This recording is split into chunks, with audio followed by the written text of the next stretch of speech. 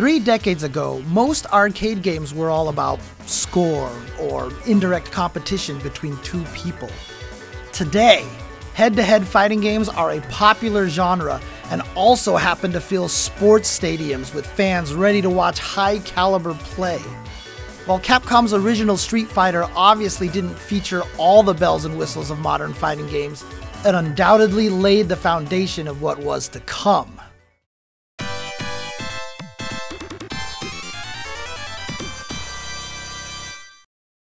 Now, as you might imagine, the original 1987 Street Fighter was a game of firsts. Players were introduced to both Ryu and Ken, the only two playable characters in the game. Player 1 is Ryu, and if someone else put in a credit and both started the game at the same time, the other person was Ken. The winner moved on to face the computer in a normal one-player mode, and you could not challenge that player again. That said, Street Fighter 1 did introduce the world to characters who would return in later games. Adon, Gen, Birdie, and the final boss, Sagat. Ryu and Sagat's showdown at the end of the game may not seem all that dramatic here, but their battle actually factors into Sagat's overall story for the rest of the series. Other firsts for the series included bonus stages and victory quotes after you beat your opponent. But unlike Street Fighter 2, the Street Fighter 1 quotes were actually voiced, even though everybody had the same win and loss quotes.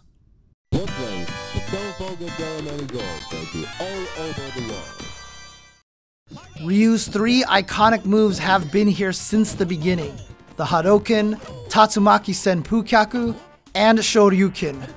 They were fairly difficult to pull off, but if you timed it just right, the Shoryuken and Tatsu could take out other characters in one motion. These moves were unique due not only to their power, but also the way the players had to perform certain motions to execute the moves. They were secret techniques meant to be discovered. There were 2 Street Fighter variants in the arcades back in the day, one with pressure-sensitive punch and kick buttons players had to physically strike that could result in 3 varying strengths, and a later version that opted to separate each strength of attack into their own button, leading to the usual 6-button layout the series uses today. Street Fighter 1 may not be the most dense or complex fighting game, but there's no denying how important it is to the overall legacy of the series. From characters to moves, and yes, even some initial world-building lore, this laid the groundwork for all Street Fighter titles. Out of the best, you now the Street Fighter in the world. It would take 4 years for a follow-up to appear, but once Street Fighter II arrived in 1991, it changed fighting games and arcades forever. The drastic improvements in graphics, sound, playability, and overall presentation made Street Fighter II an immediate hit, and within a matter of months, it was a worldwide phenomenon. And this wasn't just happening in arcades, it was in pizza joints, bowling alleys, laundromats, convenience stores, and just about anywhere else an arcade cabinet could fit. A big part of this success was due to the all-new roster of fighters from around the globe. Ryu and Ken returned, but they were joined by a colorful cast that brought the number of playable characters up from just 2 to 8. All brawlers up to this point usually had a motley crew of enemies to fight, but for the first time you could actually play as the opponents you encountered. This was actually a really big deal at the time. Each character became a legend in his or her own right, from military man Guile to Chun-Li, the strongest woman in the world. Their signature moves, costumes, and catchphrases all got their start right here. Bonus stages returned, now updated to piles of flaming barrels and the now iconic car-busting challenge inspired by the Final Fight series. And if players stopped fighting each other long enough to fight through all the CPU opponents, an additional 4 characters appeared. The AI-controlled Grandmasters, who acted as both final challengers for the player and as villains for the game's stories. Sagat returned, but now with a huge scar running the length of his chest. The story goes that Ryu didn't just defeat Sagat all those years ago, he ripped him up using the Shoryuken as a final blow, giving him the now signature scar on his chest.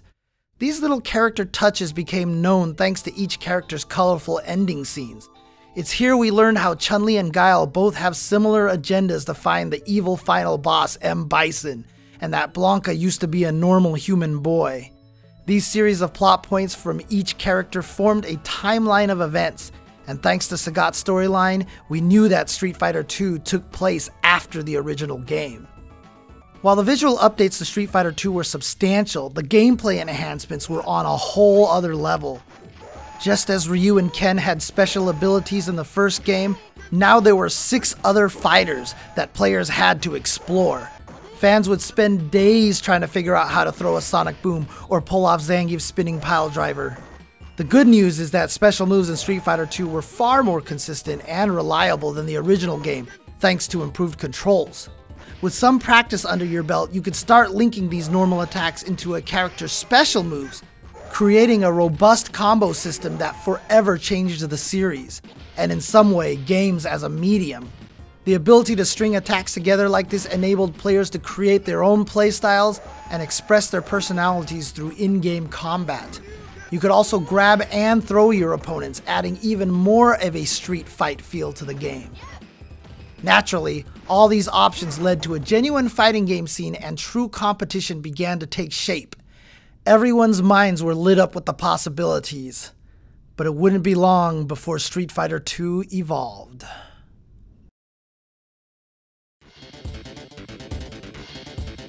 Street Fighter II Champion Edition released in 1992 with 2 huge updates. First, the 4 boss characters from the original version were now playable characters, bringing the playable count up to 12. Players could finally control Sagat, as well as M. Bison, the final boss of not just the original Street Fighter II, but the entire Street Fighter II series. Balrog the Boxer and Vega also became regular parts of the game's ever-expanding roster.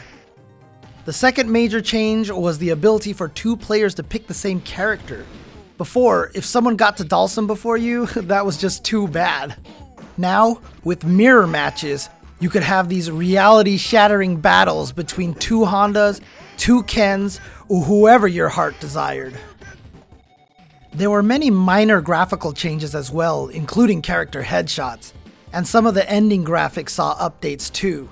Chun-Li's iconic blue outfit replaced her golden costume seen in World Warriors, and Ryu looked a bit sterner, for example.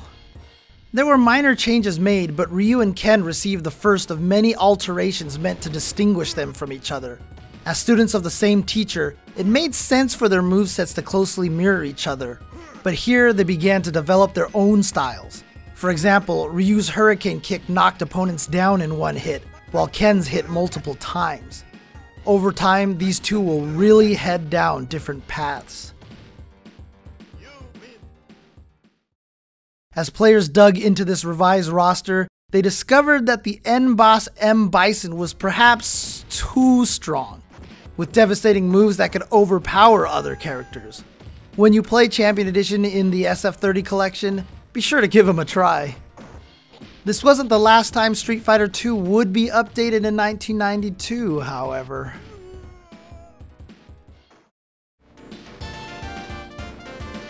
Hyperfighting debuted later in the same year, acting as a more thorough update of Champion Edition. The primary change was to the game's battle speed, which was cranked up to make competition more hectic and fierce. Most characters received new default colors. Check out Guile's blue camo, for instance. Further adjustments were made to the roster, with some receiving all new moves. Chun-Li could now throw a fireball, but this Kokoken is still a work in progress. Zangief received a second lariat that was much quicker and could slip through sweeps. This version of the game revitalized the competitive arcade scene in many ways. It was rebalanced based on feedback to Champion Edition, and new techniques were continually being discovered. The extra speed also added a new layer to the game that most pros really enjoyed.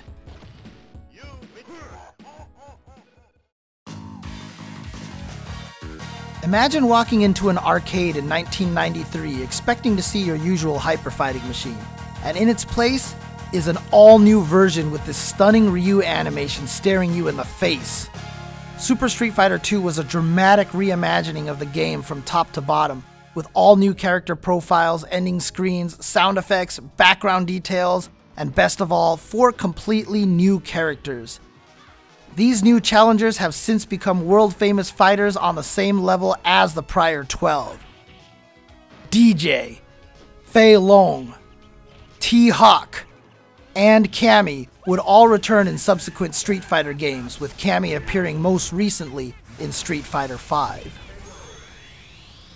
Super Street Fighter II also introduced an in-game scoring system that awarded points for certain moves. This included certain terminology that's still in use today, like reversals and first attacks. The 8-player tournament battle variant of Super Street Fighter II lives on through the local networking capabilities of the Nintendo Switch, just like those gargantuan old setups from the 90s. Obviously, 4 new characters are going to freshen up match potential and the overall health of the game. Each of the new characters brought something new to the table. Fei Long used his unique martial arts skills to deal rapid damage in ways players hadn't seen before. Players who loved grappling had another powerhouse to consider, the high-flying T-Hawk.